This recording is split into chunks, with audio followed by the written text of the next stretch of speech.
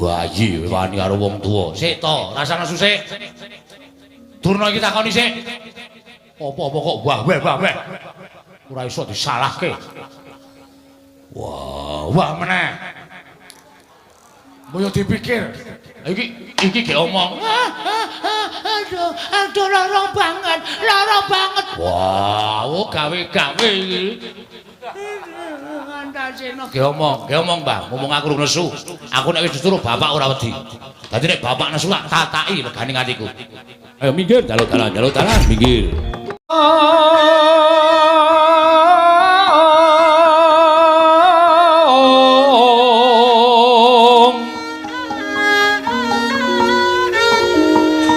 Punapata mirah ingsun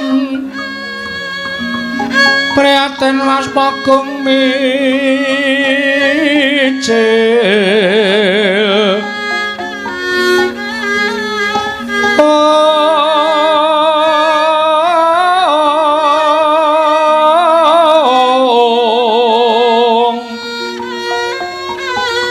tuda tanpa karya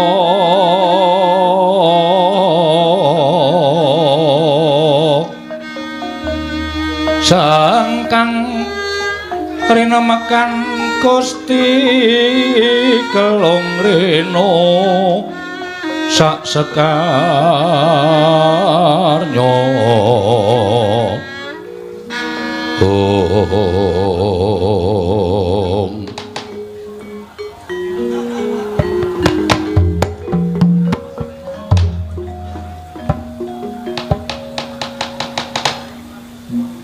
Koko Prabu persasat sampun pepes bayu kang tapis ingkang rayi sampun boten gadhahi kekiyatan tan wandira lampanipun anak kula Plongkowati inggih Tanjung Anom pun Abimanyu badhe ngembet dhateng tiyang sepuh doh nyono cerak nyono sami mestani yen to Pandhawa boten saged nggula wentah dhateng atmajanipun Koko Prabu langkung-langkung kadang kula ing Jodipati paduka sampun priksa piyambak pewatekanipun kadang kula pun Werkudara ingkang bebasan boten badhe mundur saking geguntur boten badhe mendha saking pangrerepa menawi ngantos kelampan sak mangke Werkudara midana dhateng pun Abimanyu kados pundi lelampanipun Yayi kula nuwun sewu monggo to lenggah ingkang langkung prayogi satunggiling nalindra ingkang nedheng lenggah dampar mongko Sinewaka sagung para nayaka punggawa lan kawula ingkang semanten kathahipun teka tumunten mandhap saking dampar menika mboten sae sami mestani bilih paduka menika nuwun sewu kirang kuwagang anggenipun netepi minangka dados nalindra negari Ngamarta lan kirang tanggel jawab dhateng lelampanipun praja Ngamarta menika Yayi monggo kula aturi lenggah ingkang prayogi wonten ing dampar negari Ngamarta. Koko Prabu. Anggen kula kados mekaten menika krana sampun bebasan mboten gadah kekiyatan. Ewa semanten sareng paduka paring dawuh ing mekaten Koko Prabu inggih namung paduka surya pepajaring para Pandhawa. Yayi. Kula nuwun sewu. Petanganipun praja menika menawi sampun dipunasta dening satunggiling nalindra abang biruning lelampan negari menika wonten pundhak ing Nalindra. Mongko Nalindra ing Ngamarta Prabu Puntadewa menika sampun kaloka nindakaken kanalindranipun peperintahanipun kanthi adhedhasar dana wesiasat utawi sama beda dana denda. Liripun mboten ambau dhateng kapi. Mboten mbau dhateng kulawarga, temah mboten labuh dhateng sanak sentana mitra kawruh. Inggih Koko Prabu. Kelampaning kemekaten menika kala wau ing ndadosaken para kawula sami tresna dhateng paduka Yai Darmaji. Mila sampun ngantos tetel kalendranipun Nyai Prabu Darmaji. Satunggiling pacoban ingkang awrat nembeli nampan dening para Pandhawa. Mestinipun kedah kanthi ikhlas pasrah namung boten ngirangi pambudidayaning manungsa. Inggih, Koko Prabu ngaturaken panuwun ingkang tanpa pepindhan. Menawi mekaten lampan menika badhe kula pasrahaken dhateng panguwasaning Dat Kang Murwengdat mangsa bara kanggenipun anjenangipun dhateng lelampanipun para Pandhawa. Lah rak ngaten. Menika malah langkung prayogi badhe saya sumeleh penggalipun Nyai Prabu Darmaji. Ing mekaten kula borongaken dhateng Paduka Koko Prabing Ndorowati. Yai, dinten mangke klilanana kula badhe nitip priksa dhateng kawontenanipun kadang kula Werkudara menapa dene Arjuna. Kula sumanggaaken kaselak raosing manah minggah sanggar pamelengan meminta pangaksama dhateng panguwasaning Gusti. Yai Prabu kula sumanggaaken kembar kula wonten dawuh. Nggih, kula wonten dawuh Prabu. Budana kang padha siba ingsun kundur ngedhaton Dimas kembar. Kula ana ngestaken dawuh. Kula ana ngestaken dawuh nyuwun pamit madal pasilan. Sing ati-ati aja kaya bocah cilik kaya wis ora ana dawuh maneh Dimas kembar. Purna gatiring pananggilan. Sanata kundur ngedhaton jeluk saking gambar kencana kinapit gambaran gading. Kadheranken sanggaring para Banjedi manggung ketanggung Joko Paloro-loro. Ing sami ngampil upacaraning keprabon. Naken nintanaken dewi kramanira kang kumitiraning asta.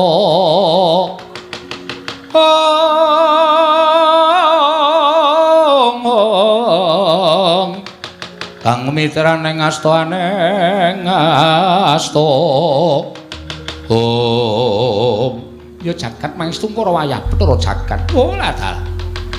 Kelakon penjangkaku. Nggonku wis disraya supaya gawe ringking para Pandhawa. Yen Pandhawa ringkih, mestine gampang nggone bakal gawe patining para Pandhawa. Jar nyatane siji Pandhawa wis kelangan pustaka Jamus Klima Sada, tegese Pandhawa wis ora duwe kekuatan. Angka loro. Nggonku gawe srana sarta nggonku gawe karti sampeka etok-etok Abimanyu ingkang tak dakwa. Sup nyolong pustaka Jamus Klima Sada wis kelakon. Werkudara wis muntap Janaka wis ora mikir karo anak. Abimanyu tekaning mati mongko anak Pandhawa sing dideng-deng kaya kendang digolo-golo. Sing besok gumanti marang sarta nurunake sejarah para Pandhawa kuwi mung Abimanyu. Lah yen Abimanyu mati kekuwataning Pandhawa runtuh, kekuwataning Pandhawa ambruk. Werkudara ora duwe kekuatan, Janaka apa meneh? Kaya wis ora duwe kreget nggone urip ana ing alam padang. Mateni Pandhawa angel mijet wae ngranti suwe banyu sinaring. Oh lah dalah. Jarene Pandhawa ki wong lantip panggraitane, Pandhawa ki wong pinter, ning nyatane jebul longa-longa kaya kebo. Diblithuk karo aku ora ngerti sapa to sejatine ngaku. Oh, kengkene marganing matimu kowe para Pandhawa.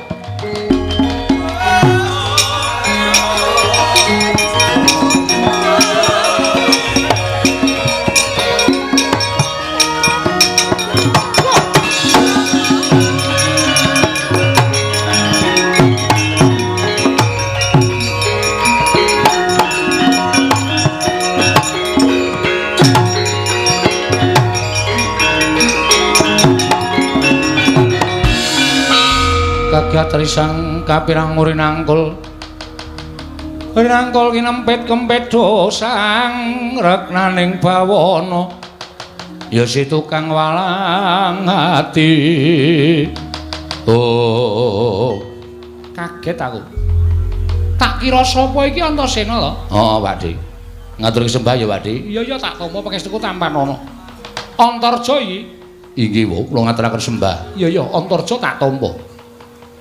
Ora kok sik aku tak takon karo kowe lehmu mapan ning kono mau wis suwe. Wis.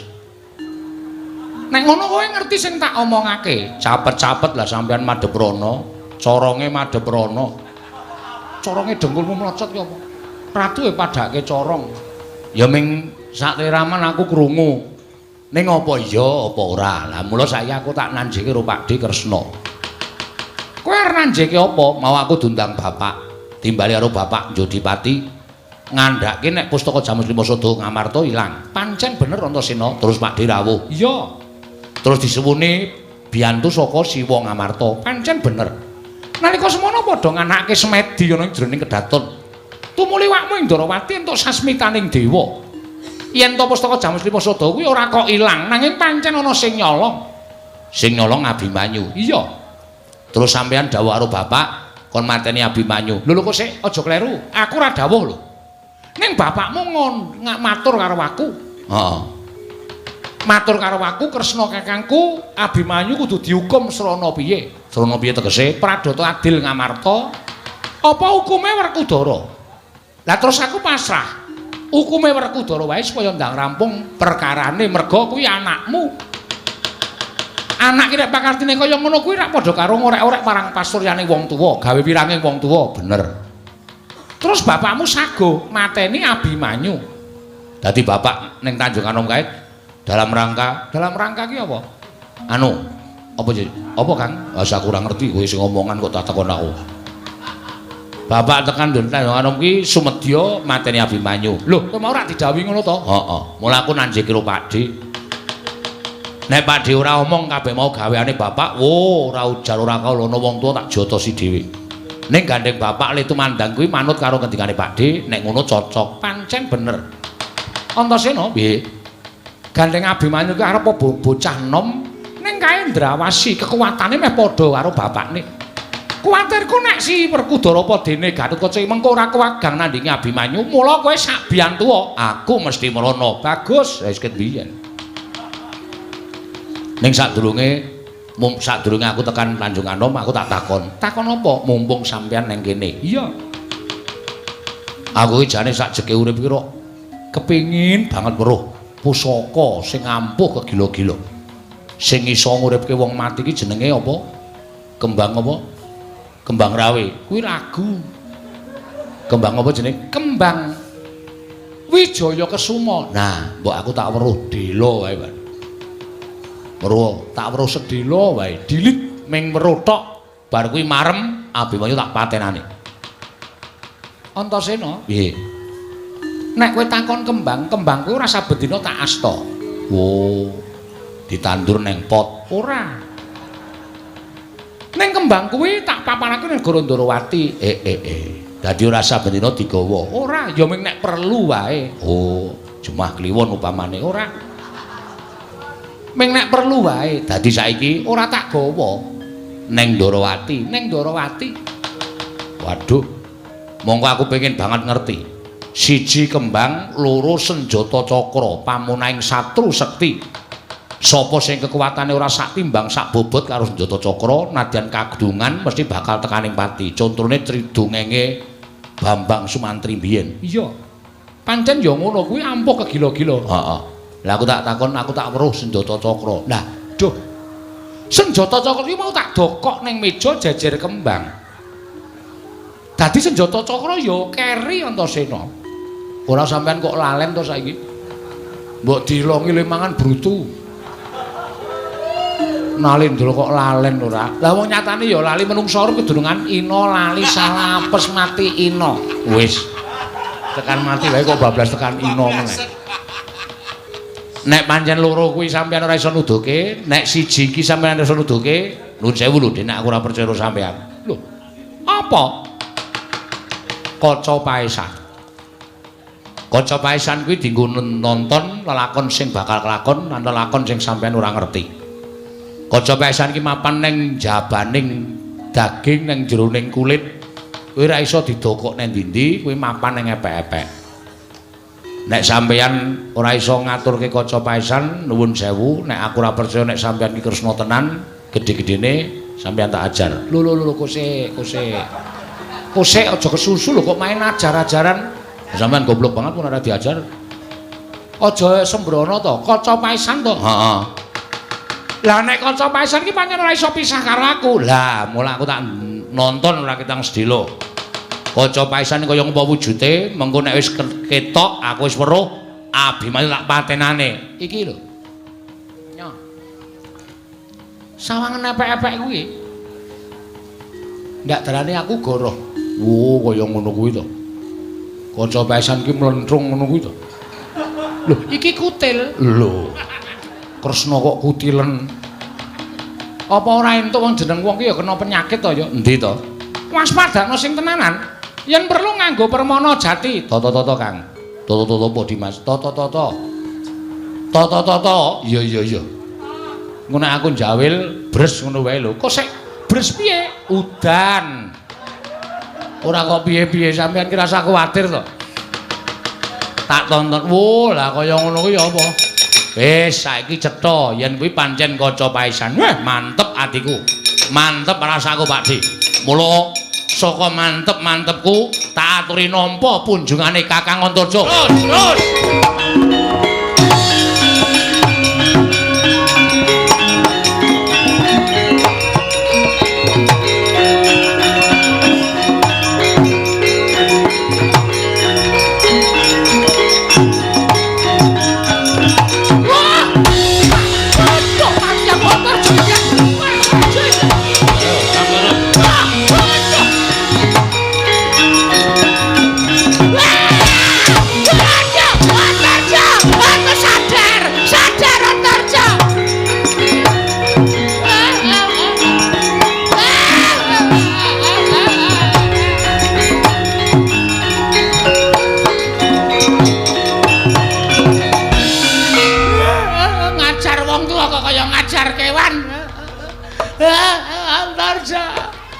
Kanjeng Eyang, aku Mbah Kakung. Sampenake dhewe. Menawi ngatur ingkang dadi Kresna wau sampeyan. Iya. Sing aranani Abimanyu nyolong pustaka Jaman Srimasada ya sampeyan. Iya. Wong tuwa. Aduh. Piye, Kang? Iki apa Dimas? Lah, ra tenan to. Oh, virus corona iki. Antasena. Wes Antasena ya. Mau sampeyan. Nek ngono sing ngandhake Abimanyu nyolong pusaka Klimasada mau ya sampeyan. Saiki cerita. Cerita apa? Kanjeng Nyolong Timun. Ora. Cerita apa wes? Omong kisah apa? Eni ero? Ora. Cerita. Kowe cerita. Aku ki sejatine ora karepku dhewe. Karepe sapa? Aku diutus dening anak Prabu Duryudana. Diutus muni piye? Muni matut anu. Muni ngene iki. Wis le nangis. Lara Antarja le ngantemi nganggo akeh. Tak-tok. Ya ben wong tuwa ora wajib diajeni. Gawe cintrakaning sedulurku, gawe cintrakaning para Pandhawa. Aja ming jotosi ida-ida. Engko nek aku pegel ida-idaan. Ana Prabu Duryudana nraya karo aku ngutus supaya gawe ringking para Pandhawa. Aku bingung. Aku terus membono Tandrawati supaya aku ora kawistara ngene gawe ringking para Pandhawa. Tumuli aku ngandhakake nek pustaka Jaman Srimasada kuwi dicolong dening Abimanyu. Mergo Abimanyu kuwi pancen anak sing ditresnani dening para Pandhawa. Nek Abimanyu mati, Pandhawa ora duwe kekuatan, bapakmu ora duwe kekuatan, Janaka ora duwe kekuatan. Gampang gone mateni para Pandhawa. Bebasan angel mijet wae nganti suwe banyu sinaring. Aku wis jujur. Nyolong pira? Pisan. Nyolong pira? Pindho. Kok kaya ngebuki maling. Iki jan maling kok. Pendhita ning wateke kaya maling ya iki. Kowe kuwalat lho. Aku bapakmu, aku ki mbahmu. Mbah kaya kene malati aku ora wedi. Aku ya ora wedi. Kowe ngerti ora, Mbah? Ora. Kowe tak kandhani. Kowe kandhani apa? Iki bapak wis neng Tanjung Anom, wis budal. Paman Janaka ya budal mrono, Kakang Garukaca ya budal mrono. Mula titeni ya, Mbah. Nek nganti Abimanyu cilik lara gedhe tekaning pati, ana pendhita tak tugel sirahe nang kene. Aduh.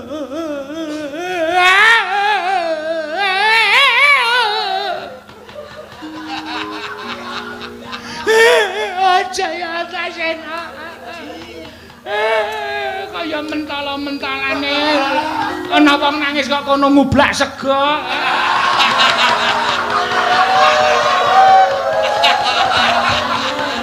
Mbok ya mengko ya ora bakal dadi intip kaya kesusu-susu. Kowe aduh Antasena. Pendhita kaya ngene iki apike dikapake Dimas. Ngene Kang, kowe ora usah kuwatir, kowe saiki tak jaluk mlebu Karang Pradesan. Iya. Goleka pitik sakake-akeh. Arda nongseng wae. Ora. Kok golek pitik oke. Karo golek beras rong gegem. Dienggo apa Dimas? Durna iki dibondo tangane, mripate diwur-wuri beras. Pitik sakake culke ora notoli matane. Aduh, Antasena sakit betul itu. Aduh, cuk. Ora iso mbayangke aku. Pitike rong entuk. Wis entuk urung? Durung. Lho entuk piye to? Durung entuk pitik. Alhamdulillah. Ra sida ditotoli mataku. Nek ora entuk pitik, golek gerobak terus karo tali. Loro gerobake. Sing ditarik sapi sing alon-alon.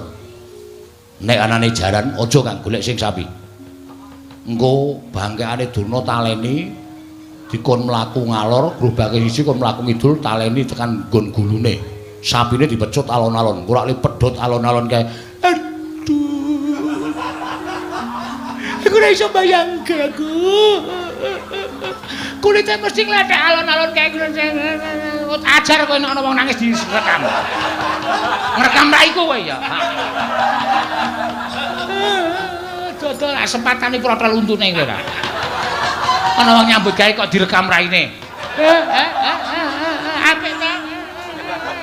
Oh ya apik tenan. Aku ngilo dhewe apik. Aja ya Antasena, aja tenan aku wis kapok tenan. Apik dikapake Dimas Kang. Durna dibondo digendong. Tutuk ana tulung dalan. Ning Irama lho. Iya. Aku nek ditutuk ya ora Irama. Terus aku tak ngoyak Kakang Garukaca. Simbaduna kon ngaku ning ngarepe Kakang Garukaca. Nek dheweke sing gawe-gawe perkara iki. Aku isin Antasena aja disebar luaskan. Aku mah Ora gelem tak antemi ning ngarepe Kakang Garukaca nganti lenggek-lenggek. aduh. Aku tak ngayang ngoyak Kakang Garukaca ya Kang. Kowe iki digawa tekan.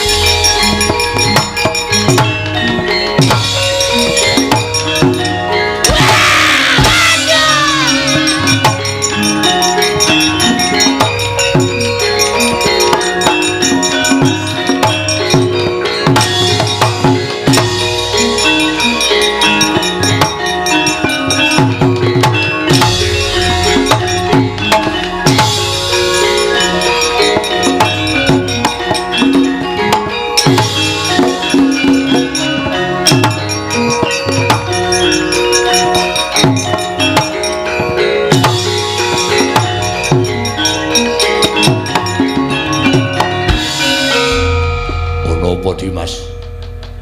Wis ora kuat ngampet loro rasane atiku. Siji aku kudu mentolo karo Abimanyu angka loro. Abimanyu tumindak kaya mengkono. Hatiku wis ora karu-karuan. Upama aku roh Abimanyu lan entuk palilahe Kanjeng Rama mesti tak tugel gulune adikku lanang. Sik, sabar. Nek sampeyan nugel sirahe Abimanyu, engko nek Abimanyu mati kowe gelo. Ora bakal gelo, pakati Abimanyu sak ngisoring dlamaan. Wis ora pantes di ngapura. Kok sik ta aja kesusu. Aja nuruti mubal-babaling nepsu ning dipetung nganggo nalar sing ganep.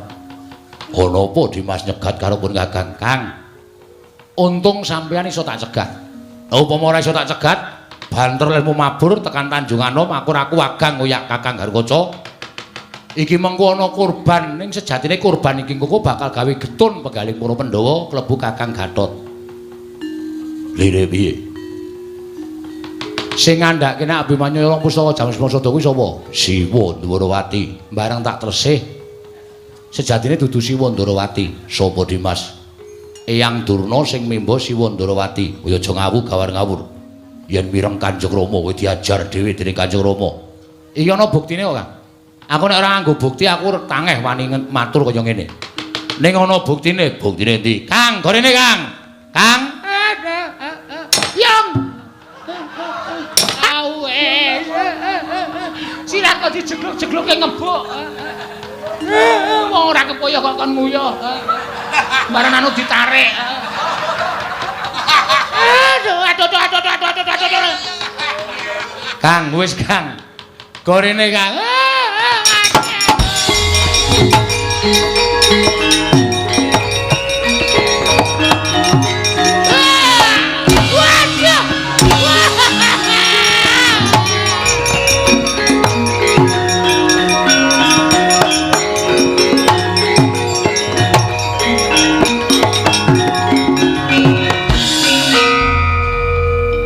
Kakang Antarja ki ngajar ya kebangetan ki semaput ki.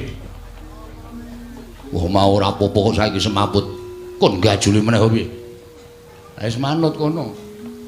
Nek kira-kira ditungi ping 3 ora sadar, tendangi wae. Aku ya tak melu nendangi. Ah, kene eling ora. Semaput krungu swara tendang kok wedi.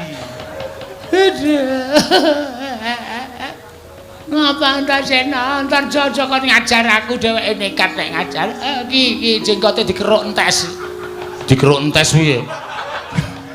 Dikerik nganti entek. Dikerik nganti entek ya kene. Wis rekoso tenan suwek kabeh sandang aku. Liwat dalan jembar wae kena kok liwat gang-gang cilik-cilik sing ana wite riri. Diserempet-serempetke. Madheprana. Madheprana. Oh, Gatot Kaca. Putuku ngger, putuku. Kakangmu gendasi karo aku, adimu jotosi karo aku, Gatot Kaca. Kowe putuku sing tak tresnani ya sayang ya lep. Iya tuna lenggah ing prayogi. Wis kek bloko sing dadi Kresna sapa? Sing ngomong nek Pustaka Jamus Lima Sada kuwi dicolong Abimanyu sapa? Lan karepmu apa kok dadi Kresna? Ya aku ya tak omong. Tas. Iya. Sampe naik dhewe wae. Hah? Aku ki mbahmu. Bapakmu wae. Karo aku nyembah dramaan. Bapak nyembah dramaan, ora sudi nyembah wong tuwa pakartine kaya ngono. Nendangi ye. Ora. Wis. Iya. Menapa saestu lho lampanipun kados mekaten?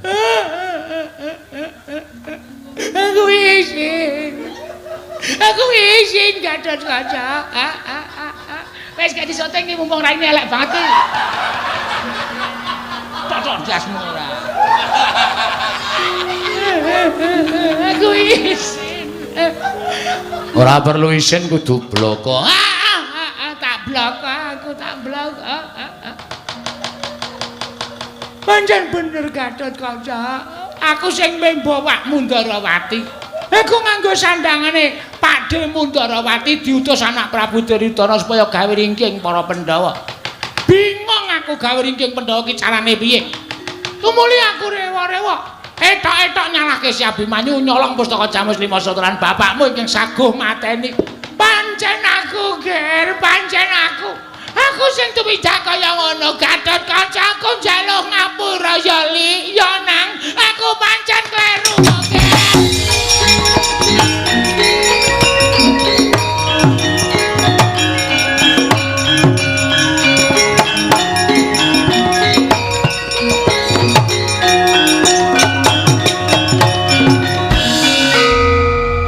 Mboten nginten babar pisan.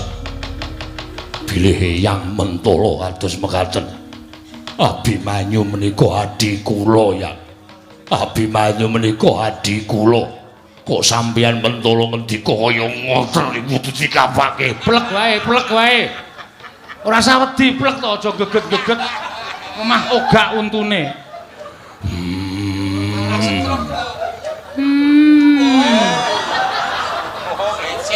Jaluk tulung Dimas ya. Aduh. Kakang Gatot Kaca ora Mentala ngantem kowe, aku sing tegel. Iki karo ngapura ya Gatot Kaca. Kula ngantos gedhem-gedhem. Ing atase sampeyan iku pendhita pakartine sak ngisoring dlamakan. Sing putih ning serban karo kethu sampeyan, ning ati sampeyan ledhek. Ati sampeyan kaya peceren. Ya Gatot Kaca. Menika mangke nek ngantos Kanjeng Rama dumugi Tanjung Anom. Kanjeng Rama Jodipati Mejayadi kula, sapa sing tanggung jawab? Wis kebacut mati sapa sing nguripke? Tobati. Ora sembrono. Ora kok. Aku menghibur awakku dhewe lara banget Antasena. Aku diajarke lara banget aku menghibur awakku dhewe. Menawi ngantos Kanjeng Rama, Kanjeng Paman Mejaya Abimanyu, kula mboten mawi etang-etang. Sampeyan ajeng kula goleki. Ajeng kula dadeke pengewan-ewan. Kula jantur teng alun-alun. Oh, ilahi, abi kena mati penem. Ngapa ta? Ngapa? Wis pentok durna lagi. Jare jantur. Jantur ki tok gentok ndlang tak. Oh, ngilaheng. Panjang punjung pasir pawukring ngono kae kok. Ana wong jantur kok diseneni. Wis stres.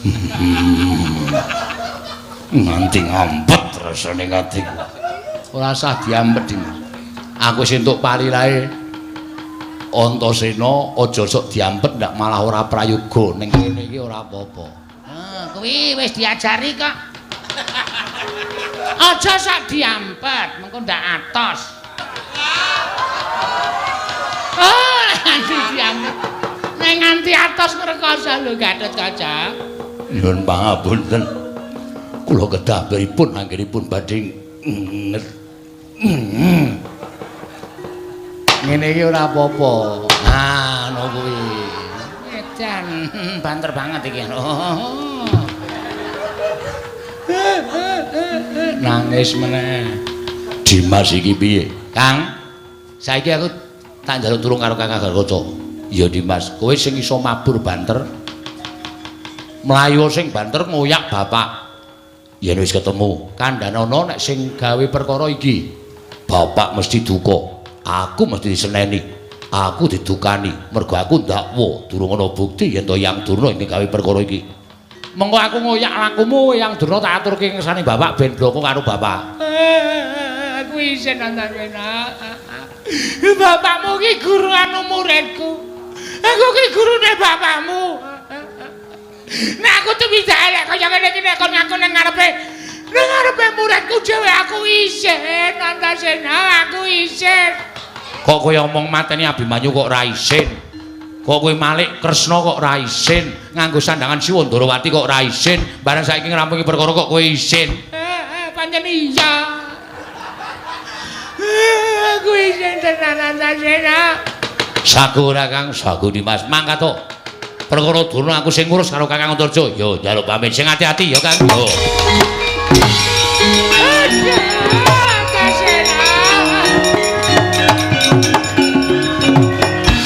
Aja ditemokke karo Werkudara ya Antasena. Aja ditemokke karo Werkudara. Aku isin tenan aku. Tenan Antasena. Bapakmu ki tak pulang biyen jaman nome bebasan turu sak kringkel karo aku kae murid sing tak tresnani ning aja ditemokke karo bapakmu ya Antasena. Aja tenan aku isin tenan Antasena, aku isin tenan. Kang, iki Dimas, gendong. Diajar turu dalan. Antarja. Wonten dawuh ya. Kasihanilah aku Antarja. Aja tak ajar aku engko ndas kumpuk. Mbok mengkaring godhog. Ape kok ngono kuwi? Omongan kok tastes-tastes. Aja ya Antarja. Nek Kakang ora gelem ngajar, Kakang sing mlayu, aku sing ngajar. Milih ndi? Aku nek mlayu ora iso banter, Dimas. Aku sing ngajar turu dalan, kowe sing mlayu. Lah, niki jenenge dumdil. Wis kaya iki, Dong. Aku tak ngoyak Kakang Garkaca, nek Kakang Garkaca didukani karo bapak, ditendangi karo bapak, aku sing kudu ngadepi bapak Werkudara. Yo, Dimas.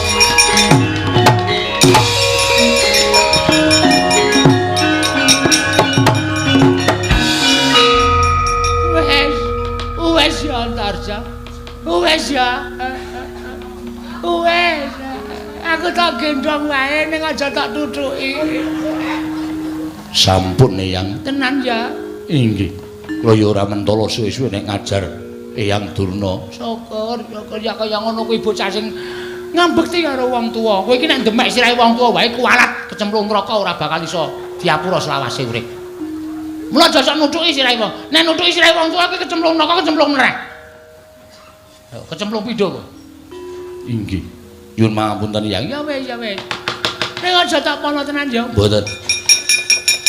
Mriki. Mapan wonten ing mempingking mriki kula gendong. Ya. Waduh merucut. Aduh. Nyuwun pangapunten Yang merucut. Merucut wae diculke. Oh, ketok kok le ngecel kok merucut apa? Merucut kok dijlungupke ndasike. Nyuwun pangapunten. Wes pangapura apa? Monggo Kanjeng ya. Aduh. Wes ya, Ger. Wes ya. Waduh.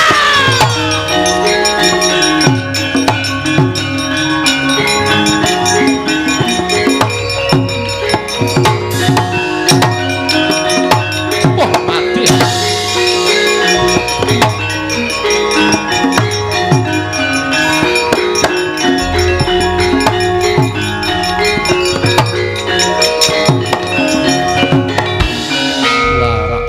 Ora lidhok ujare wong dablok. Kanjeng Rama wis tak ilmutke, ora meksa ora nggugu tak elingake, meksa ora diagem. Saiki kurangan anak-anak Pandhawa dadi pesakitan ditutuki turut galan. Aduh Rama, kula kedah kados pundi? Sinuwun Ngastina, Sinuwun Prabu Duryudana kula ingkang sowan menawi panjenengan boten saged mbelani dhateng Kanjeng Rama, kula nuntut dhateng panjenengan jenengan.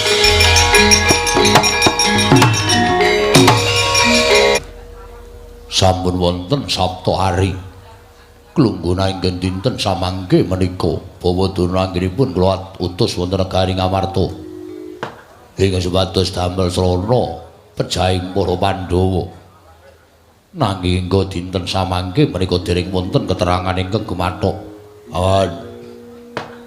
kuwatos raos sing manahipun ingkang putra Ngastina Duryudana pindhanipun kados dene ninggal jejabang wonten tepining Balumbang.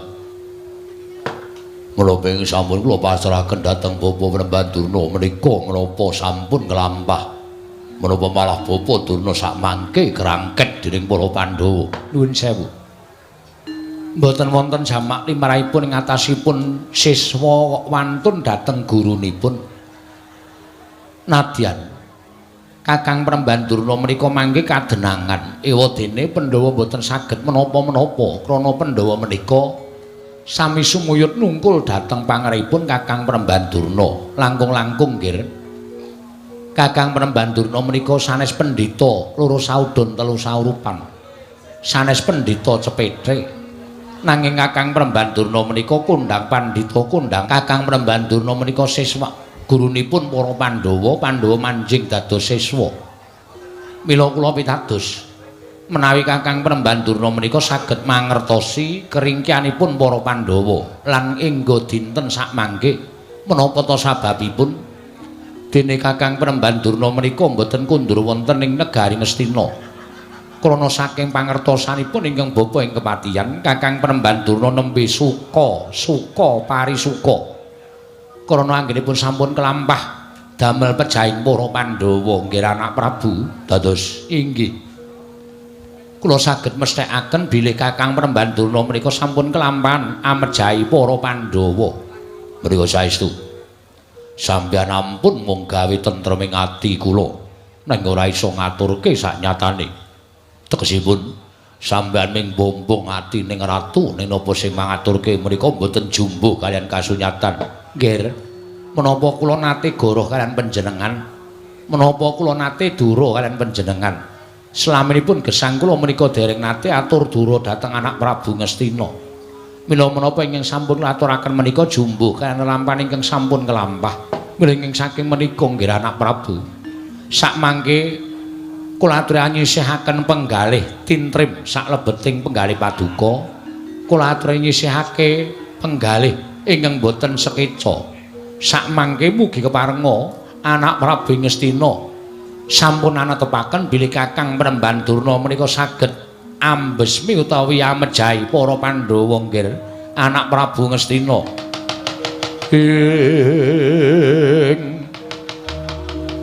Rekat Prapteng sukuning arga ram kang tumingal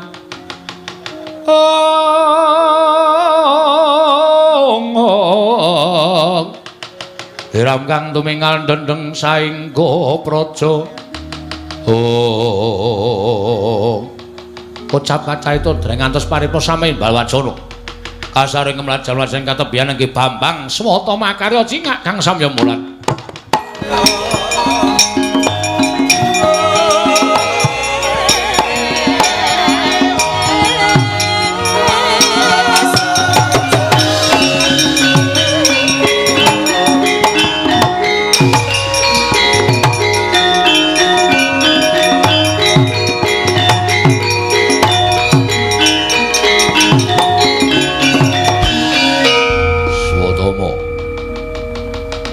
timbali wis sowan mongko nalika semono kundherekke kalawan tindake wong adohamu saiki kowe sowan sarwa tawang-tawang tangis ana wigati apa waduh sinuwun semban kula sewu-sewu kalapatanipun ing abdi tadah wadana nalika semanten kula nderekaken Kanjeng Rama ingkang wigatosipun supados damel pejahipun para Pandhawa nanging mugi andadosna ing kawuningan nalika semanten Kanjeng Rama memba nata Ndarawati supados boten kawanguran dening para Pandhawa lan sakmangke sampun saged damel bingunging para Pandhawa krana Kanjeng Rama ing sampun saged damel karti sampeka nanging nuwun sewu sinuwun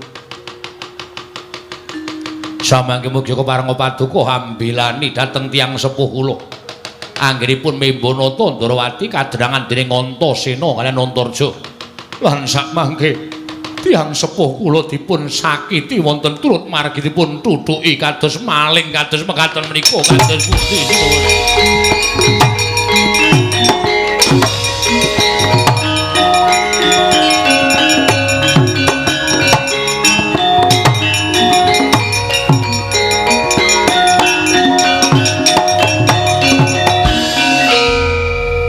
ana kabar kaya ngeten iki sampeyan saniki arep omong apa pendak-pendak sampeyan kula suwuni priksa mesti matur bombong atine ratu ning ora jumbuh karo kasunyatan sampeyan aja ngomong pripun Swata ngandhake yen Bapa Penemban Durna kecekel dening anak-anak Pandhawa dipiloro turut dalan sampeyan menungso sing golek pendhok supaya ketok ngenaki atine ratu men entuk pangembul pangalembana janjane atur sampeyan iku memang gawe-gawe ora pisan ora pindho sampeyan goro karo ratu sampeyan dhewe.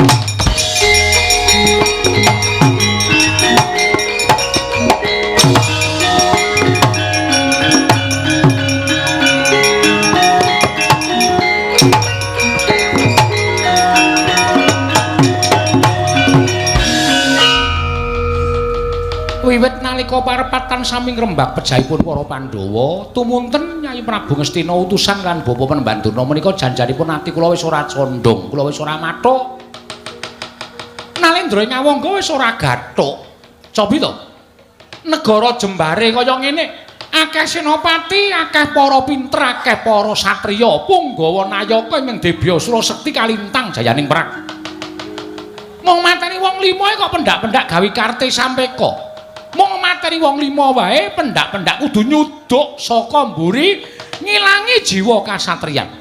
Saniki pripun? Sampeyan mang ngomong. Kula wis matur bola-bali. Karena menika sagah dipun dawuh supados mejahi para Pandhawa. Ning nek le mateni para Pandhawa kanggo karti sampeka sarta sarana sing licik kula moh. Kula niku satriya. Ning sampeyan pendak-pendak ngrajangi pakarti kados mekaten menika. Saniki sampeyan mangrasake. Mangrasake siji Begawan Durna dipiloro karo anak-anak Pandhawa mengke sambunge sampeyan digawe isin karo para Pandhawa mang titeni omongane Narpati Basukarna menika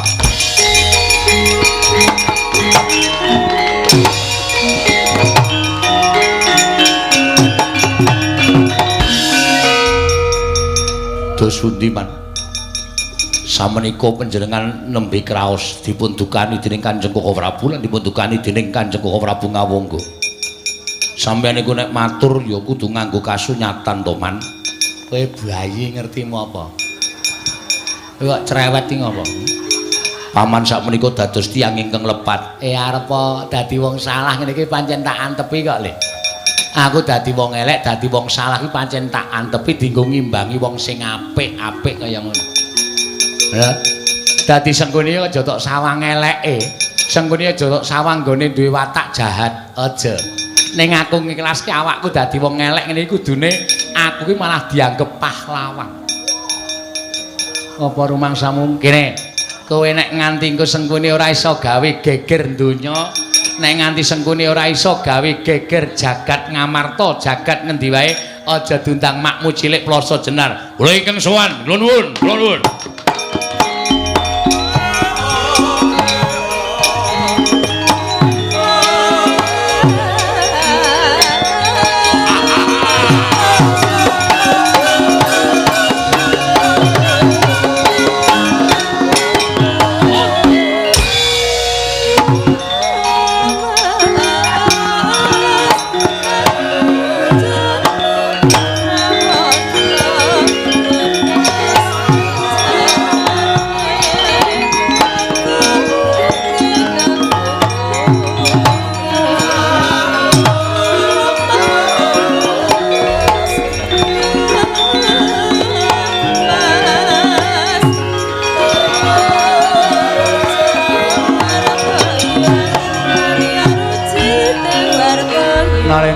Marwa sing sang Mangyat Kurda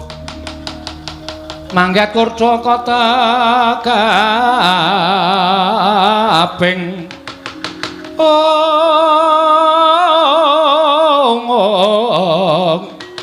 Irika sang Pinarwasa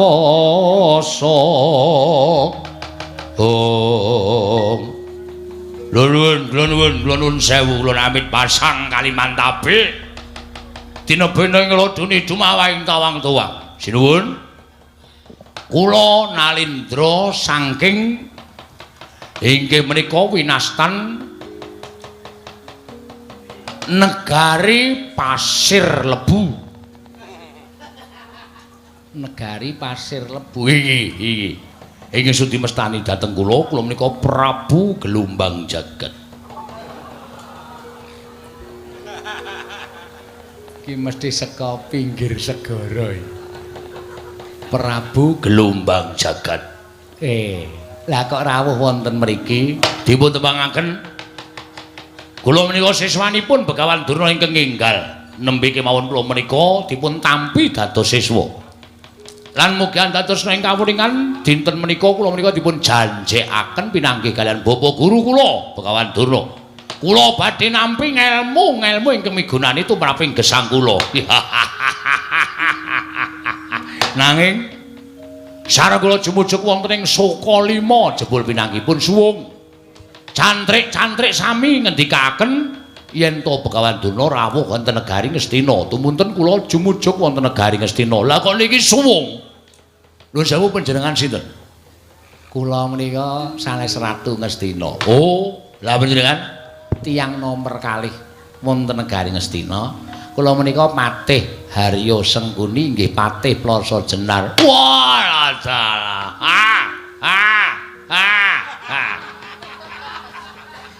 Patih Sengkuni inggih. Patih sampun kondang wonten negari kula. Patih kondang perkara Mranatapraja mboten. Patih kondang perkara Asmaranggama mboten. Patih kondang pinter sarta sekti mboten. Panjenengan menika kondang patih tukang megatke wong omah-omah. Mboten dados menapa wong kabisan menika piyambak-piyambak inggih. Lah kersanipun kula badhe pinanggih Begawan Durna. Kula badhe pinanggih Bapak Guru kula ingkang sampun janji paring ilmu dhateng kula. Nah, menika ngaten. Kakang Penemban Durna dinten sak mangke duka tasih gesang menapa sampun pecah. Lho, sebabipun dipun utus Nalindra Ngastina kedah damel pejahing para Pandhawa. Mangke Begawan Durna menika pendhita. Lah kok dikongkon mateni wong menika pripun? Salahe Pandhawa apa kok tudu mati saka tanganing Begawan Durna? Pandhawa ora kleru ora salah ning dadi mungsuhe anak Prabu Ngastina, mula Pandhawa kudu tekaning pati. Terus Bapak Durna wa gurumu sago. Lho, priye kuwi? Pendhita Mahaguru mateni wong tanpa dosa sago pendhita model piye? Lah aku ora ngerti wong ya kowe sing dadi muridé kok ndak takon aku. Ya pancen kaya ngono iki saguane Kakang Prembandurna. Wah, lah dalan nek kleru. Nek ngono kleru nggonku mlebu pasinaon. Niat kula menika pados guru ingkang sae. Jernyatanipun kula menika dados nalindra, nem-neman kula menika wong rusak. Nem-neman kula menika wong elek. Sadurunge dadi ratu kula menika maling rampok, ngampak begal. Sasampun menika kula menika seneng dem-deman. Kula menika seneng dem-deman. Ing salajengipun kula menika wis bola-bali menika gawe dolanan wong wedok. Kula saniki wis sadar, wis eling kula dadi ratu, terus kula kepengin incap. Insap. Nggih, kepengin insap. Kula kepengin suwita pendhita sing iso ngresike ati kula, sing iso gawe suci ati kula. Ning nyatane bareng kula sowan Begawan Durna, krungu crita sampeyan sing kaya ngoten niku, wah, kula getun, kula gelo. Mula kula ora kepengin dadi siswaning Begawan Durna. Kula tak wangsul teng negara Pasir Lebu. Kula tak golek pendhita liyane. Mangke riyen aja kesusu to mangke riyen.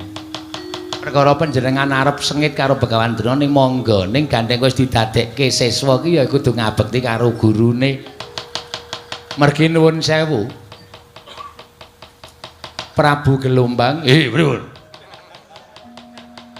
Antasena kali Antarja. Niku sinten niku? Niku anak-anak Pandhawa sing nyekel Begawan Durna. Nggih, pripun? Niku le ngajar Begawan Durna kok nuwun sewu sajake ngece. Lho, ngece perkara Sobi to. Wong ming ngajar Durna kok dadak nyangkut wong kono-kono. Ayo Begawan Durna, kowe duwe murid anyar ora? Jare kowe duwe murid anyar. Kon tekan kene, niku karo nuduki tangane. Kon tekan kene, kon belani karo kowe tak suwek-suweke raine. Nek ming ratu kaya muridmu aku ora bakal wegah. Aku ora bakal wedi mungsuh murid-muridmu. Ayo, kon do tekan kene, murid lawas, murid anyar, kon tekan kene. Nun sewu. Ning Antasena Antarja ngomongke Prabu Gelombang Jagat ngeten. Lho, kula krungu dhewe. Wah, salen perkarane. Wah, wah.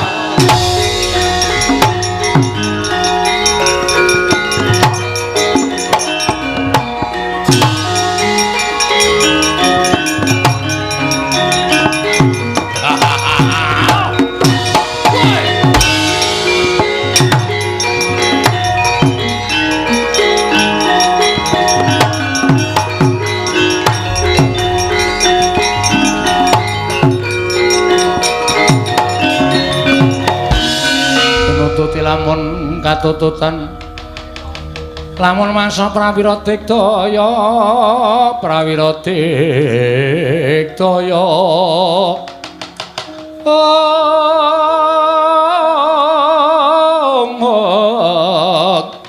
ana anggono magawe gelari rawang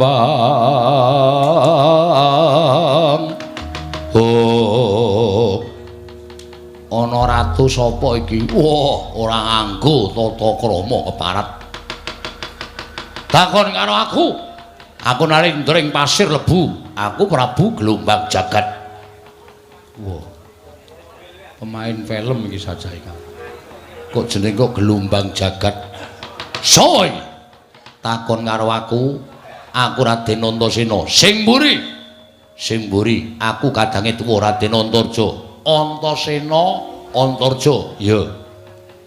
Jelas kuwi, ya. Kowe ora nganggo jenenge wong liya?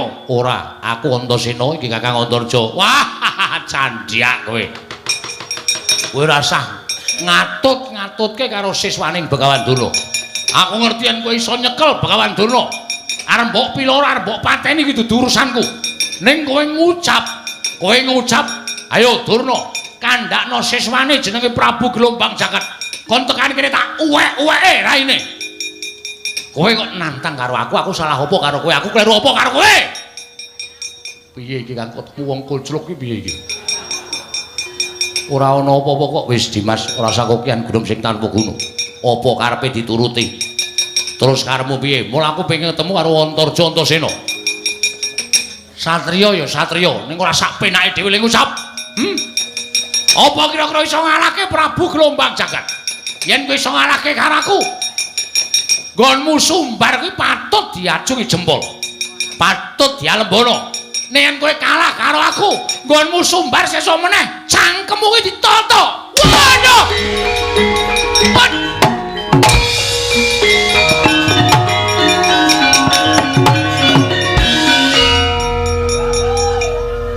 Nanti Dimas tak pendem sisan.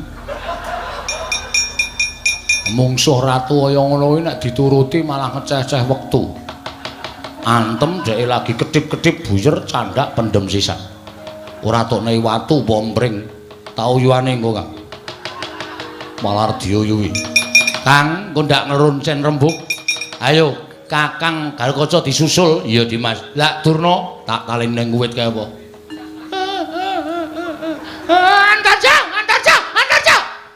Lah kok bengok-bengok? Tak dokoki kirek loro. Dadi dhek nek obah arep diklethak.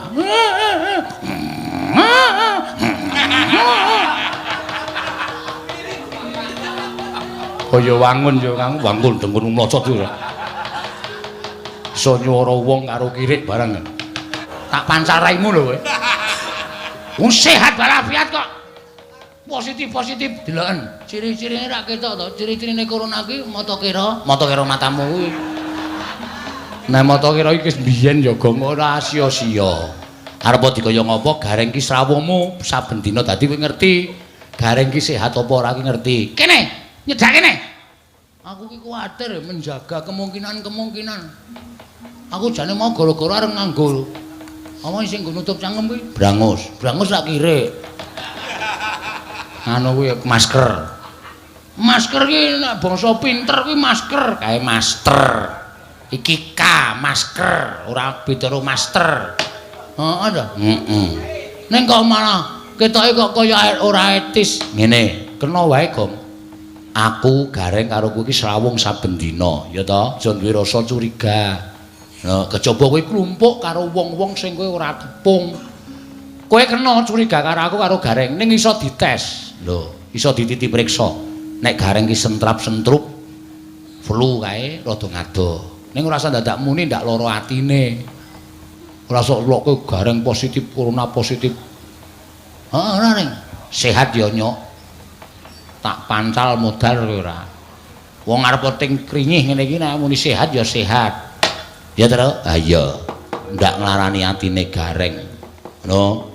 Pancen negarane awake dhewe lagi kena wabah, lagi kena musibah. Mula kok karo aku wajib ndedonga, wajib nyuwun ngersaning Gusti. Ning omah ki ora mung tenguk-tenguk tok, ning jero omah ki nek perlu saiki dikerepi lho kene manembah. Lho, dikerepi nggone nyuwun marang ngersaning Gusti supaya lelakon iki mbang semingkir. Mergo iki mateni apa-apa, Gong. Mateni apa-apa tenan. Wong nyambut gawe ra iso nyambut gawe, bocah-bocah sing arep sinau ora iso sinau. Saiki sinau online nang omah. Ya to, sing kudune mlebu entuk ngelmu, monggo dhewe mbayar, ora entuk ngelmu. Ha iya.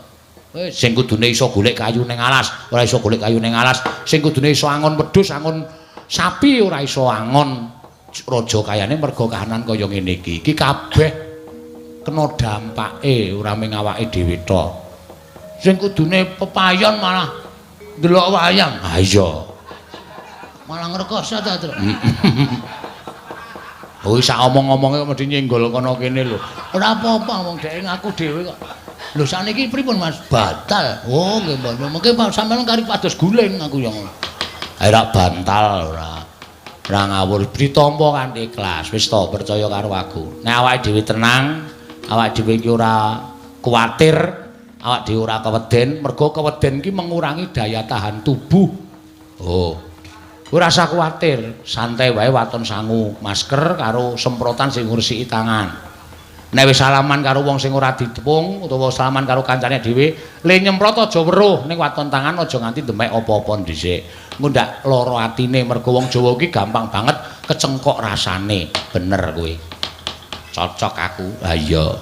Nek perkara nganggo masker iki pancen kuwi mengantisipasi omong-omong nganggo masker ya krungu to. Heeh ning kaya ora cetha. Sing ora cetha kuwi sing rusak kupingmu, ora sing ngomong nganggo masker. Sing dadake kupingmu. Do tutup bengkel. Kon ngopo kon ndrai kupingmu apa piye? Nek sing jeneng kuping ki nang THT kok ora ning bengkel goblokmu ora. Ha iya. Terus apa? Kejaba saka kuwi awak dhewe ya kudu ngaturake secara profesional. Ya, arep ora rasane kuwatir, ning rasa kuwatir iki disingkirke. Sing baku awak dhewe iki pejuang seni. Ya, pejuang seni iki diaturi nek ndi papan utawa ditimbali nang ndi papan nek dhewe kari manut. Arep kahanan kaya ngene iki kudu tetep tumandang karya kuwi pejuang seni. Ya. Padha karo berjuang untuk seni. Ya, pancen bener ngono. Heeh. Kowe kok angger guyu saiki watut terus mbok ganti sopir. Lho.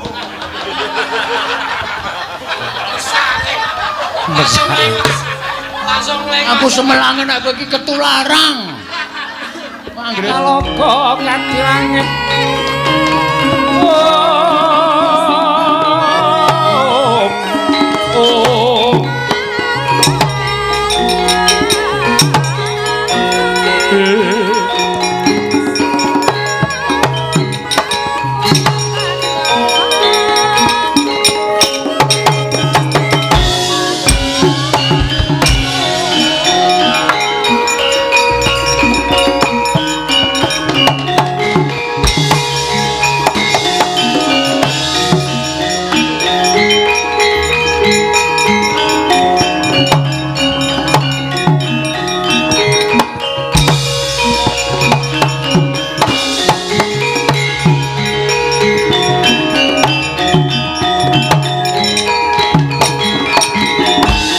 Marareh mangus wong ambreng kadi karunaning kaswase dosang gondo astrat mojo lengleng lalu mangulati Gatot wonten timbalan Rama Kyai ndak kira yen to wis dhisiki laku malah kowe begogok eneng kene Rama Kyai anggen kula nyandhet tindakipun Rama Kyai estunipun kula badhe miterang utawi badhe munjo atur lampahan ingkang saknyatanipun lakon sanyatane piye estunipun ingkang dados nata Ndarawati lan paring dawuh bilih Abimanyu nyidra pustaka Jamus Klimasada kula nyuwun pangapunten Rama Kyai menika sanes sinten-sinten anging sesinglonipun Eyang Durna anggenipun nampa dawuhipun Kanjeng Wadaryudana kinen mejahi para Pandhawa wah cang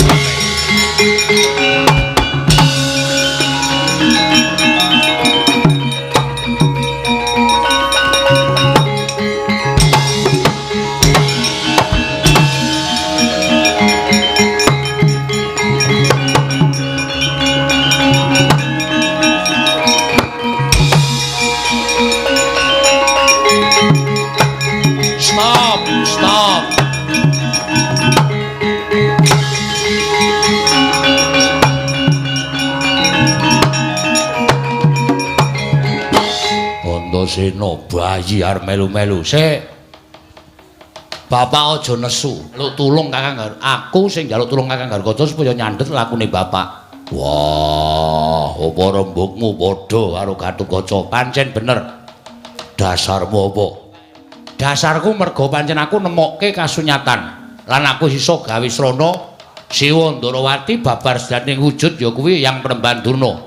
Kaya aja ngawu gawar ngawur. Durna kuwi bapakku, ora peduli Durna bapakmu, maratuamu, apa pakdemu, polikmu. Ning Durna salah. Iki tak bondo, tak aturke bapakne ora percaya ben Durna dhewe sing kandha karo bapak. Kang, gorene Kang.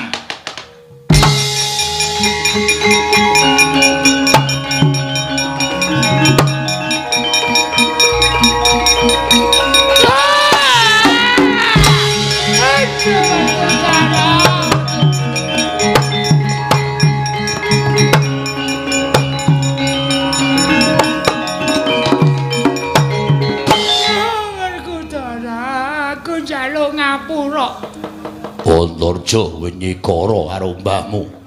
Kowe aja nyeneni Kakang Antarja, aja ndukani Kakang Gargata. Kabeh iki aku sing tanggung jawab. Bayi wani karo wong tuwa. Sik to, rasane susik. Durna iki takoni sik. Apa-apa kok wah. Ora iso disalahke. Wah meneh. Mbok yo dipikir. Iki ge omong. Aduh lara banget. Wah, gawe-gawe iki. Antasena. Ge omong, Mbah. Mumpung aku urung nesu. Aku nek wis disuruh bapak ora wedi. Dadi nek bapak nesu tak tataki legane atiku. Werkudara. Piye? Apa sing diomongke Antasena iki bener? Iki bener, Ger. Aku membo ana Tandrawati. Lan aku dijaluk itu lho dening anak Prabu Dirtara supaya gawe pati ning para Pandhawa. Mula aku terus etok-etok dawuh yen to Abimanyu nyolong pusaka. Wah, Abimanyu nyolong apa ora? Ora Werkudara, ora.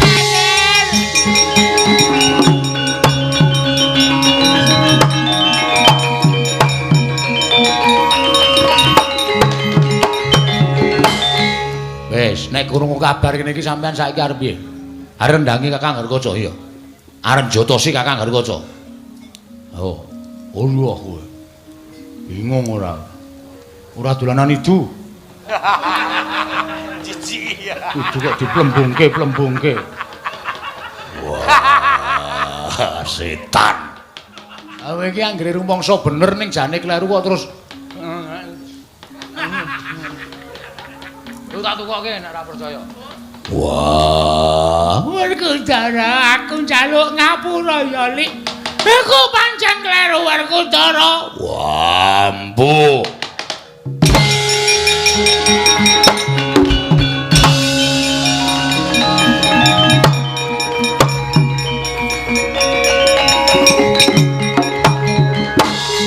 Ngandel ora? Bapak getun, bapak gelo. Lunga tanpa pamit, kae mesti bali nang Jodipati nggelar kloso terus turu. Antasena, ganteng kabeh wis disusul. Aku tak mulai ya, Nger. Mulih piye? Sing dioyak kurang siji. Loh, sapa? Lho, bapakne Abimanyu. Paman Janaka, playune luwih banter tinimbangane Bapa Werkudara merga matek aji sepyangin. Nek nganti Paman Janaka mateni Abimanyu kowe tak pateni nang kene, Mbah. Aduh, Antasena. Ora adu-adu Kang, gendong Kang.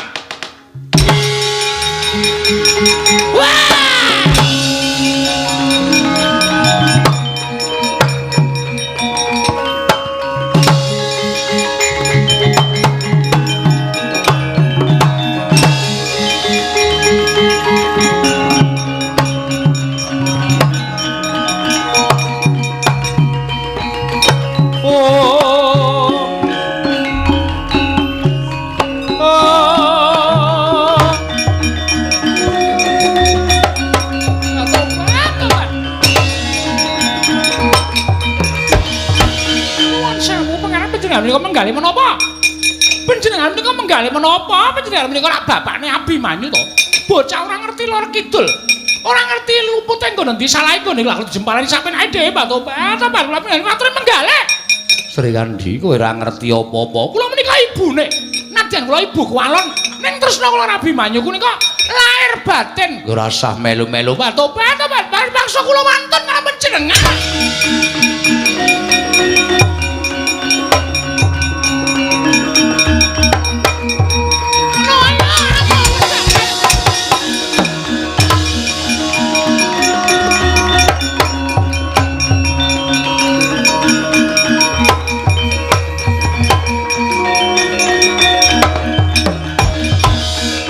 Sri Kandi. Ora perkara aku wedi karo kowe. Nanging wong wedok iki nek nesu le ngabruki sak penake dhewe. Ngruwaki njambaki isin Janaka. Kowe aja melu-melu. Tak sronggot kanggo pusakaku. Ora klakon kuntal kaprapal mbuh tibamu kowe Sri Kandi.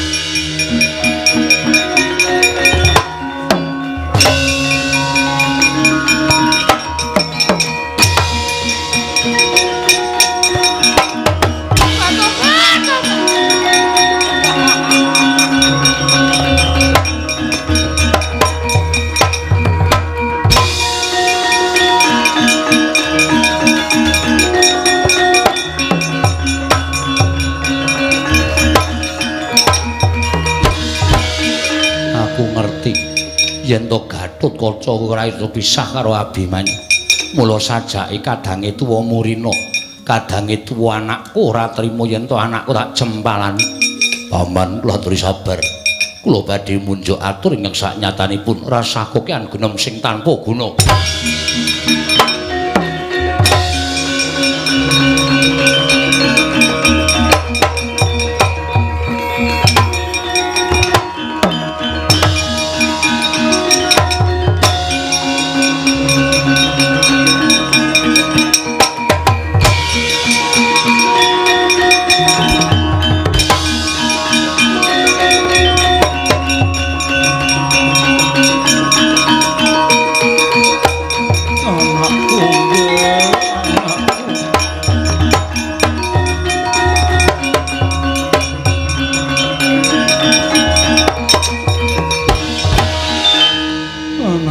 Abimanyu ora ngerti dodok seleng perkara lah kok dadi bapakmu babi wuta kaya ngono.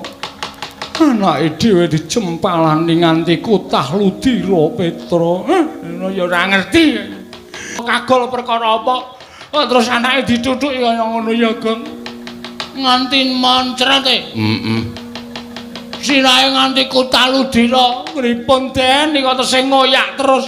Ayo lunga wae Abimanyu ora duwe wong tuwa kaya Raden Janaka ora apa-apa lunga wae.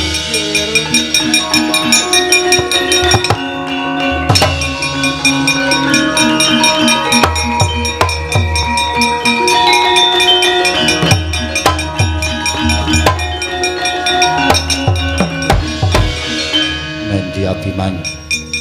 Mboten ngertos. Petra ora sang ngapusi. Abimanyu nendi? Mboten ngertos. Ora sah ngapusi. Abimanyu nendi? Kula mboten ngertos. Estu kula mboten ngertos. Kowe ora ngaku tak keplak siramu. Estu kula ora ngerti. Oh gedhe ndasku ya ndasmu iki. Kok sing dikeplak kok aku sing takoni kowe. Kula ora ngerti mlayu kok nek ora mlayu cilaka.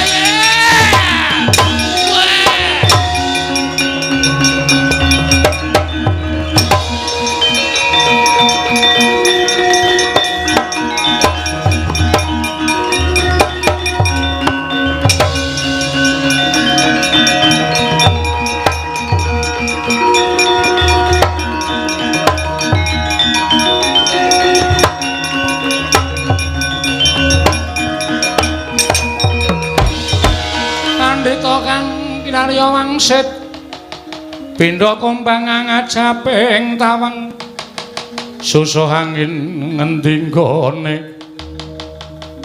susuh angin ngendi nggone myang kalih ing kangkung beksi miber ing Widara Yaksa wonten dawuh penemban Widara Dewa. Oh sawetara nggone mapan ana ing pertapan Widara Payung katon ayem tentrem nanging dumadakan aku nyumpena bab sing ora prayoga. Paduka penemban nyumpena menapa? Ora kanthi kanyono-nyono lah kok pertapan kene kuwi duwe gawe mantu. Mongko bareng ndak wis padakake mantene wadon aku ya durung ngerti, mantene lalang aku ya durung tepung. Arep ana lakon apa ing dumadya ning pertapan Widara Payung kene Widara Yaksa? Oh, la dalah. Wah.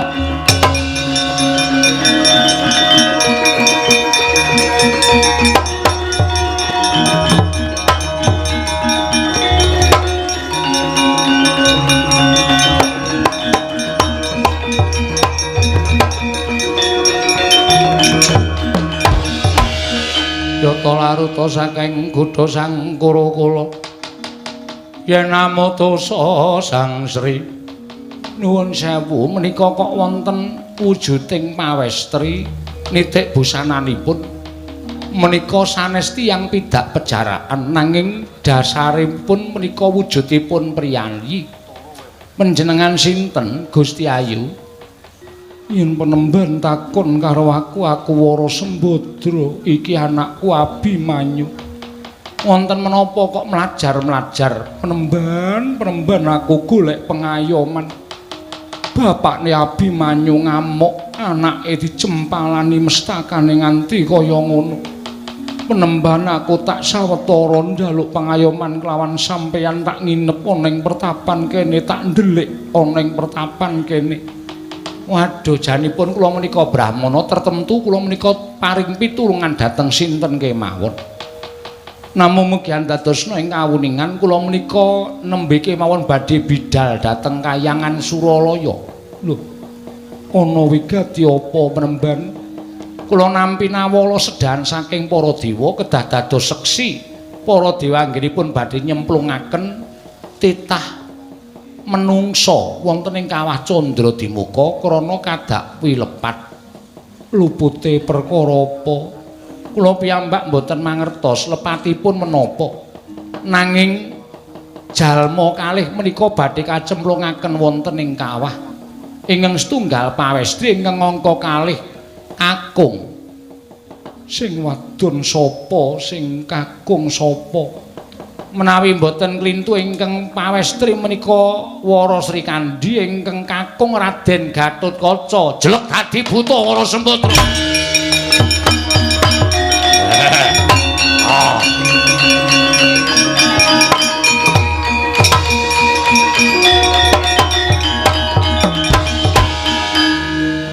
Bareng aku krungu yen to sing wadon Wara Srikandhi sing lanang Gatotkaca kuwi anakku karo kuwi dulurku wadon kowe rasah munggah ning Kayangan Penemban aku sing munggah ana ing Kayangan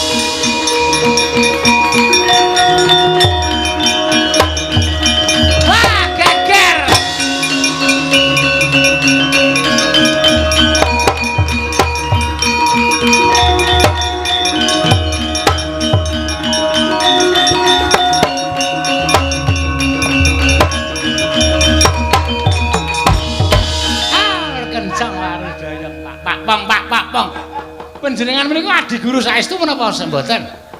Lho ulun menika Bathara Guru Kakang. Bathara Guru kok tangane 5. Kedahipun 4. Menika dipun tambahi setunggal menika dos pundi? Wah, menika tegesipun nerak dhateng kodratipun para dewa. Ingkang sedaka punika sampun sekawan to. Kok dipun tambahi setunggal menika tangane sapa? Kepenake dhewe ora. Inggih, Inggih pripun? wonten menapa dene Kakang? Lah, ta ya kowe. Nggih menika kula simpen kemawon. 1, 2, 3, 4. Lah kok iki tambah 1 iki dadi 5 iki piye? Mboten prayogi atus mekaten menika. Inggih Kakang.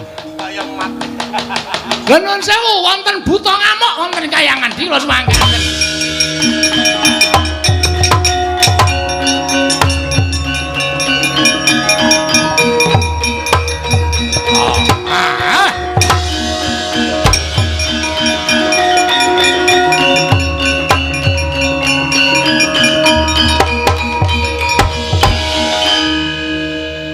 Ana yaksa sapa? takon karo aku Badra Yaksa aku. Badra Yaksa. Ya, Apa to sababe? Ayo. Inggih Kakang. Apa to sababe dene jeneng kita rawuh ana ing Kayiwangan? Kita ngamuk ana ing Kayiwangan. ana ingkang ngabarake sampeyan arep midana wong kang tanpa dosa.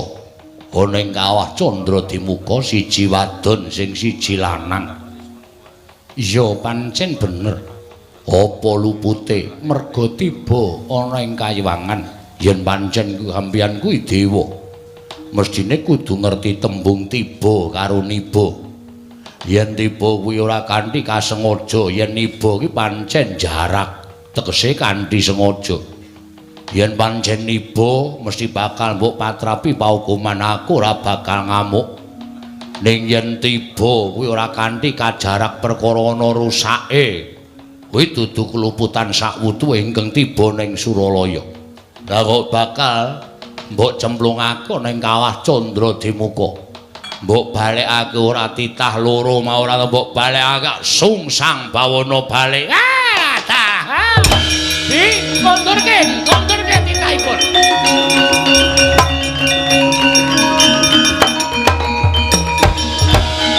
Pun dipun wangsulaken kemawon titahipun menawi boten dipun wangsulaken dia buta menika menawi ngamuk mbebayani. Kakang Trada kasinggihan nggih. Panjenengan tentu nggih preksa to sapa to buta menika? Panjenengan menika paningalipun awas. Lah nek nganti ora priksa buta nika tegesipun panjenengan menika nedeng ketutupan watak angkara budi candala. Jalma kalih katimbalana sowan mriki. Ya nggih, Sri Kandi Gatotkaca kowe do mrene yo, Nger.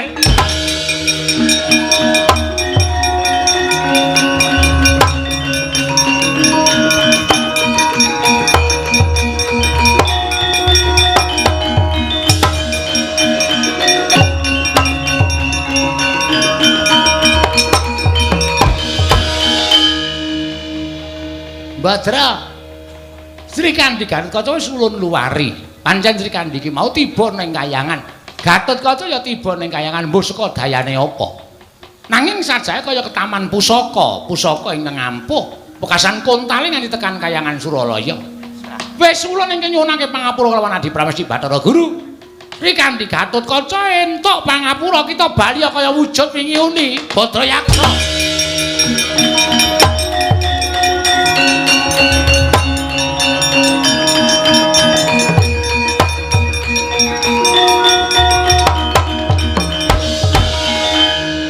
Sri Kandi Wonten maring adawu. Sembadra padene Gatotkaca. Apan kudu kaya nira lakon ingkang kudu sira sandhang klebat maja kita si Abimanyu ingkang nampa pacoban tumraping kadewatan. Nang kita aja nganti cilik ati. Bali marang marca padha ndedhe pleya suwita marang Begawan Widaradewa. Sayekti ing kono bakal tuwuh wujuding kanugrahan ingkang tinampa dening Sagung para Pandhawa nggir. Nggih saken dawuh nyuwun pamit matur panjenengan.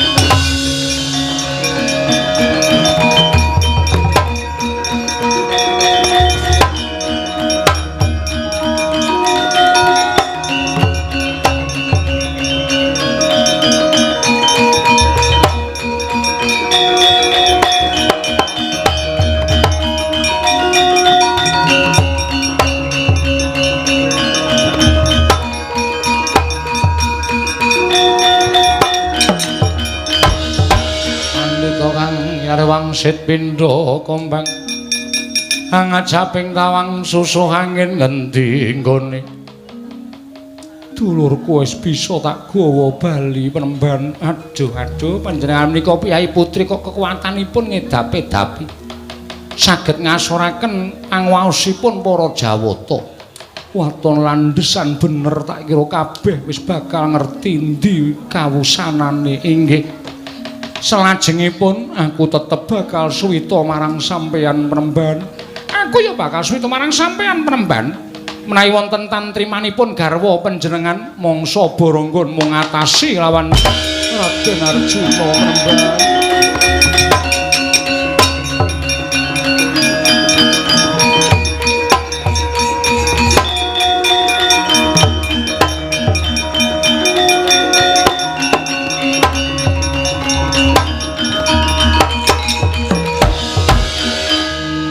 Sembadra kok neng kono. Sembadra wasah nyebut jenengku yen sampeyan isih tegel karo anakmu. Wiwit dina iki Sembadra randha ora apa-apa. Wiwit dina iki Sri Kandi randha ora apa-apa. Ya aja ngono. Wis saguneman. Raden kula nyuwun pangapunten sampun dipun peksa. Piyai Putri nek wis wegah kuwi aja dipeksa, mangke mindak mboten kanten-kantenan lapanipun ora sah kakehan gunem tanpa guna. Kowe nggunakake pengabaran, kowe ngewat kalawan garwane Janaka loro-lorone. Wis serep nyawamu kowe Pendhita Widara Yaksa, wong iki singkirna saka kene. Wah!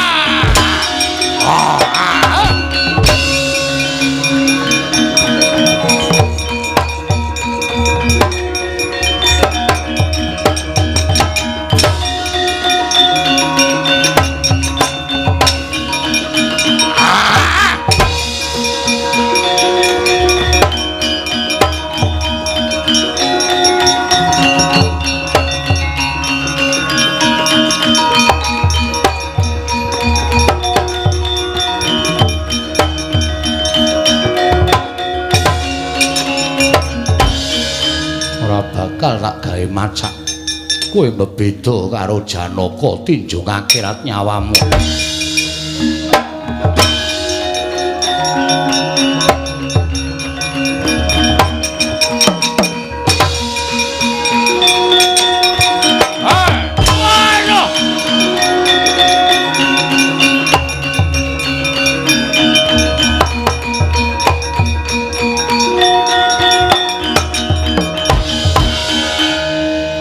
Yayi Garba Ruci, Kamas. Kula ingkang Yayi Garba Ruci. Lah kok si Adi dadi buta, mestipun Kamas sampun saged menggali. Sinten pandhita menika? Koko Prabu Ndrawati.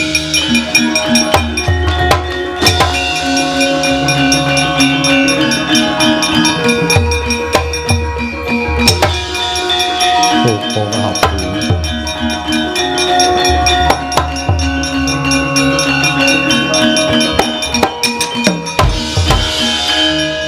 Boten nginten bilih paduka Koko Prabu ingkang dados pandhita. Iya pancen bener. Werdinipun kados pundi? Merga pun Kakang wis kaparingan kanugrahan ingkang bakale ndak paringake marang para Pandhawa, mula kudu ambrahmana luwih dhisik. Mekaten Koko Prabu. Iya. Lah kok dadi Siadi mentala karo anakmu dhewe, kula dipun blithuk dening panjalmaning jajalanat ingkang membo Koko Prabu. Sapa sing membo aku? Kula piyambak boten mangertos. Pakde, aku sowan, Pakde.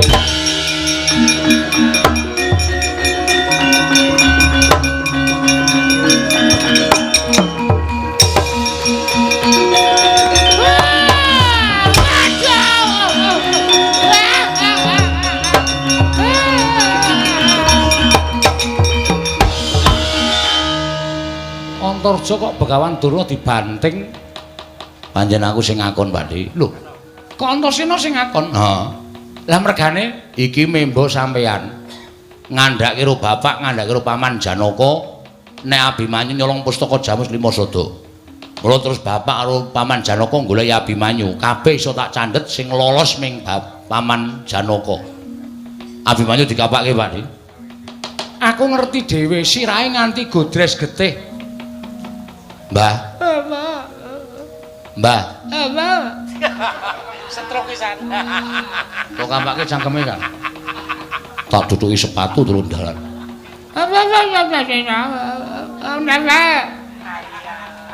Ngandhake nek Abimanyu godres sirahe. Kene kowe tak drehi sirahmu. Apa? Wah, mesake temen. Antarjaka ya kebangetan lek mu ngajar nganti kaya ngono. Kula sampun tobat. Tobos.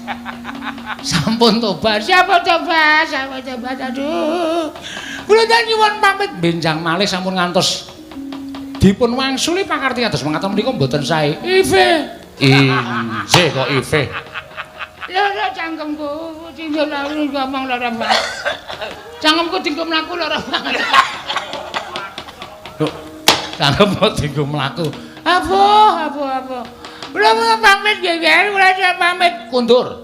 Menawi dipun wangsuli kula yang badhe paring pidana dhateng Bapak Durna. Oh, Ive. Kula pamit masa dateng coba tinggal.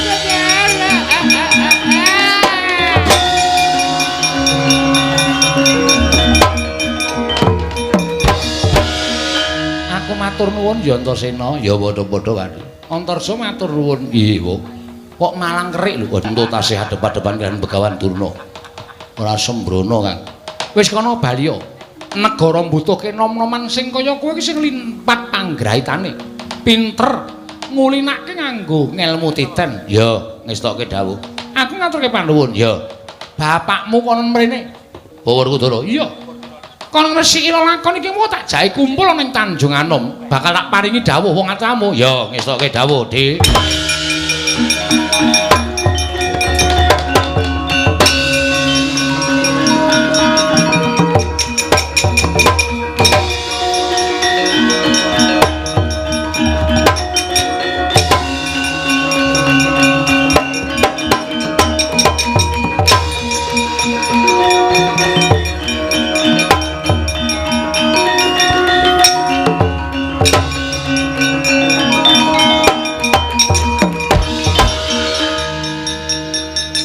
Apa kowe?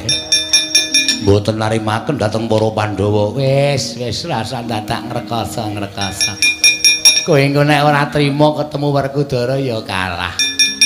Nyucukaken anggenipun dandos Paman. Wis engko pentas meneh esuk kapan-kapan. Rasa dadak maju engko ndak malah kowe remuk wis ayo mundur wae. Golek cara liya sesuk mateni Pandhawa.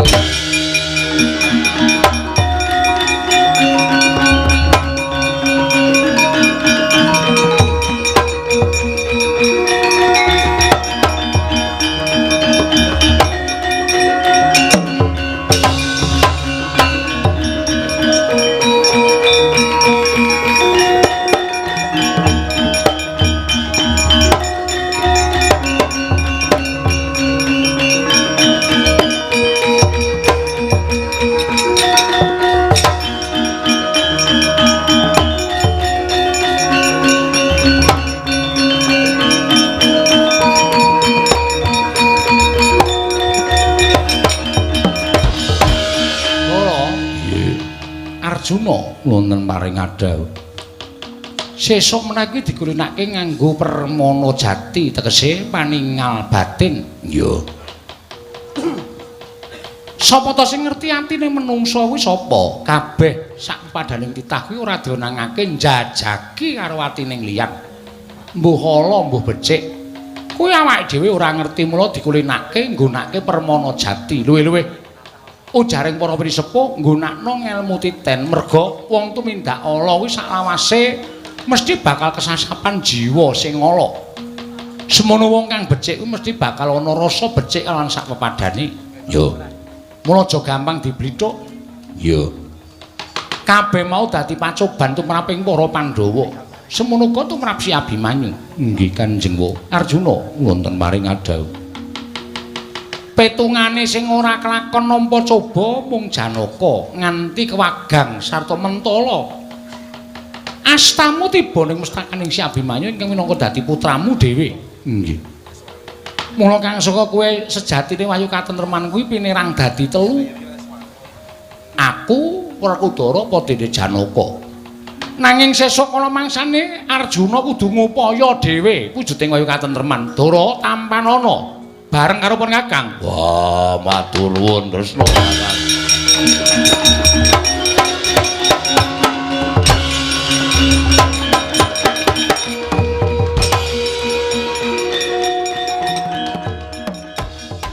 Assalamualaikum warahmatullahi wabarakatuh.